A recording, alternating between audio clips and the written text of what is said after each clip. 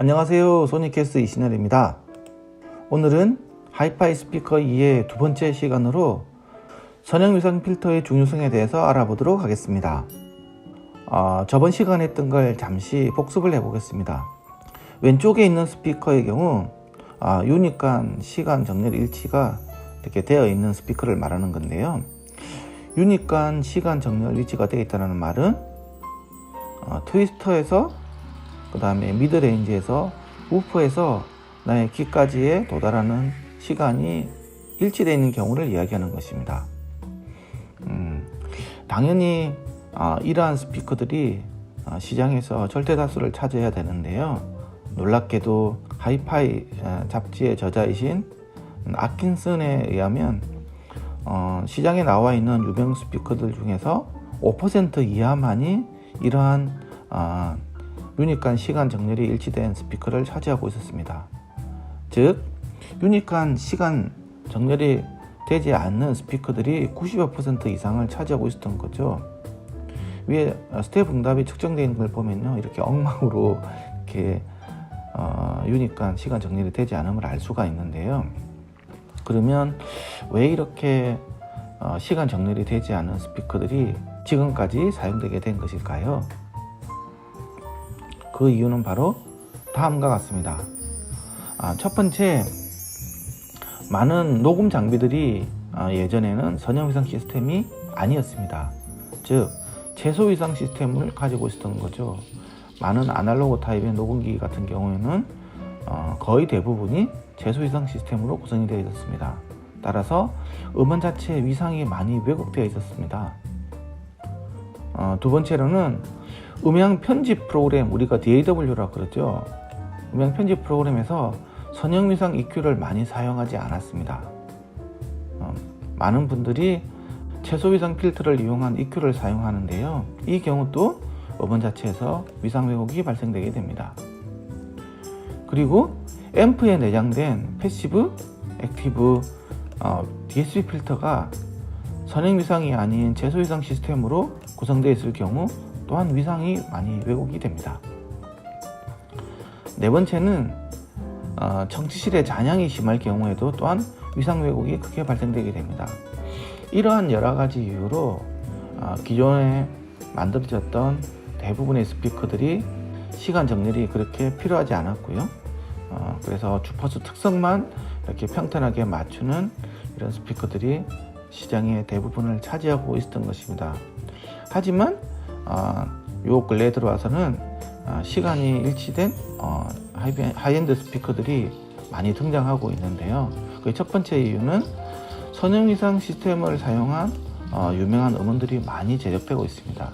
즉 선형위상 필터가 적용된 녹음 장비들이 요 근래에 많이 등장을 하게 되었고요. MQA라든지 하이레즈 오디오를 만드는 많은 음반 제조사들이 위상이 정렬된 녹음 장비를 사용해서 음원을 제작하고 있습니다. 또한 음향 편집 프로그램에서도 선형위상 EQ를 적용하는 분들이 점차 많이 늘어나고 있습니다. 세 번째로는 선형위상 FIR 필터가 적용된 앰프 및 하이엔드 스피커들이 점차 늘어나고 있습니다. 처음에 이러한 선형위상 FIR 필터는요, 프로 오디오 기기, 즉 공연장 시스템에서는 시간의 일치가 굉장히 중요했었습니다. 즉 수많은 군중들한테 많은 스피커들을 사용을 해서 공연할 경우에는 스피커들 간의 시간 정렬의 일치가 아주 중요했거든요. 또한 어떤 여러 개의 스피커를 이용해서 빔포밍을 할 때도 바로 시간 정렬이 아주 중요하게 됩니다. 이렇게 프로 오디오 기기에서 사용되어졌던 선형위상 FIR 필터가 지금은 하이엔드 스피커에서 굉장히 많이 이렇게 사용되고 있고요. 그 가격 또한 굉장히 많이 떨어졌기 때문에 점차 이 하이엔드 스피커에서 선형위상 FIR 필터 적용이 점차 늘어나고 있습니다. 또한 룸이 제대로 튜닝된 전문 청취실을 갖춘 하이엔드 스피커 인구가 점차 증가되고 있는 것들도 시간 정렬 하이엔드 스피커가 점차 늘어나는 이유가 될 수 있습니다. 그러면 최소위상 시스템이란 무엇일까요? 최소위상 시스템이라고 하면 우리가 알고 있는 아날로그 시대 때는 거의 대부분의 시스템들이 최소 위상 시스템이었습니다. 최소 위상 시스템은 즉 주파수 특성을 내가 이렇게 변형을 시키면, 즉 EQ형을 가해주면 위상도 같이 변하는 것입니다. 즉 이 최소 위상 시스템은 주파수 특성의 귤기값에 해당되는 만큼의 이렇게 위상이 이렇게 틀어지게 되어 있습니다. 이거를 우리가 일반적으로 미니멈 페이지 시스템, 즉 최소 위상 시스템이라고 부르는 것입니다. 그리고 스피커 같은 경우에는 크로스오버를 걸게 되어 있는데요. 지금 같은 경우 로패스 필터가 되겠죠. 이거는 1차고요. 그 다음에 2차는 이렇게 될 것이고, 그 다음에 3차, 4차입니다. 이렇게 될 텐데요. 이렇게 차수를 갖다가 늘려줌에 따라서 위상이 90도, 180도, 270도, 360도만큼 이렇게 틀어지게 되어 있습니다. 하이패스 필터도 마찬가지입니다. 우리는 지금까지 이렇게 주파수 특성을 이렇게 변형시킬 경우 위상이 틀어짐이 이렇게 당연한 걸로 생각하고 왔고요.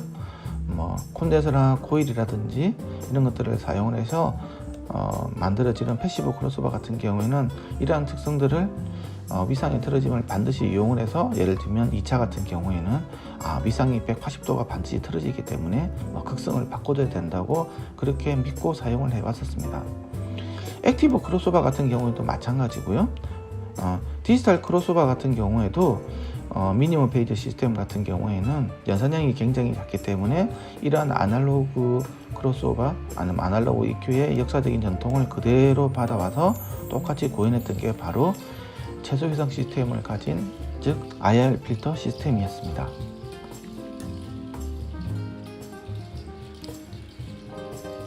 이러한 최소 위상 시스템이 적용된 앰프에서의 사각파 특성, 즉 동적 응답에 대해서 한번 알아보도록 하겠습니다.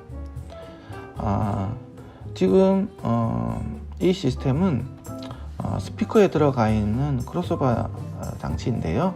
링크 위즈 릴리 4차 크로스오버 필터링이 되어 있는 경우에 대해서 알아보도록 하겠습니다. 하얀 부분이 입력 파형이고요. 이제 빨간 부분이 출력 파형이 되고요. 처음에는 선형 위상 필터를 건 제품이고, 그 다음에 300Hz 사각파를 입력했습니다. 입력된 파형에 비해서 출력된 파형이 거의 유사하게 나오고 있어서 동적 특성의 우수함을 알 수가 있습니다. 하지만 이것 똑같은 300Hz 사각파를 최소 위상 시스템에 걸어보면 이렇게 출력 파형이 크게 이렇게 왜곡이 되고 있음을 알 수가 있습니다. 1000Hz 사각파를 선형 위상 시스템에 넣어봤는데요. 입력과 아주 유사한 특성이 가진 출력이 나옴을 알 수가 있지만, 이것 또한 최소 위상 시스템, 즉 미니멈 페이지 시스템에다가 인가시킬 경우 출력 파형이 많이 왜곡됨을 알 수가 있습니다. 즉 동적인 시그널이 이렇게 많이 왜곡됨을 바로 이렇게 확인할 수가 있습니다. 결론입니다. 오늘날 녹음, 믹싱, 재생 시스템에서는 선형 위상 시스템이 점차 널리 사용되고 있습니다. 선형 위상 시스템은 이상적인 주파수 및 위상 특성을 모두 나타낼 수가 있습니다. 즉 이전의 최소 위상 시스템에서는 주파수를 갖다가 우리가 이렇게 만져주게 되면 위상이 변화되는 그런 문제를 반드시 갖고 있었는데요. 선형 위상 시스템은 주파수하고 위상을 각각 제어가 가능하기 때문에 이상적인 주파수 및 위상 특성을 나타낼 수가 있습니다.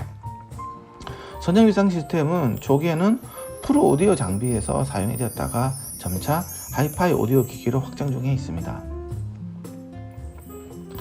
디지털 앰프 및 음원 재생 소프트웨어 그리고 하드웨어 기기에서 선형 위상 시스템을 적용한 필터가 널리 적용 중에 있습니다. PC파이 기기에서도요, 다양한 무료 음원 재생 프로그램들이 있는데요. 거기 같은 경우에도 바로 선형 위상 필터가 적용이 될 수 있습니다. 컨볼루션 기반으로 돼 가지고 있고요.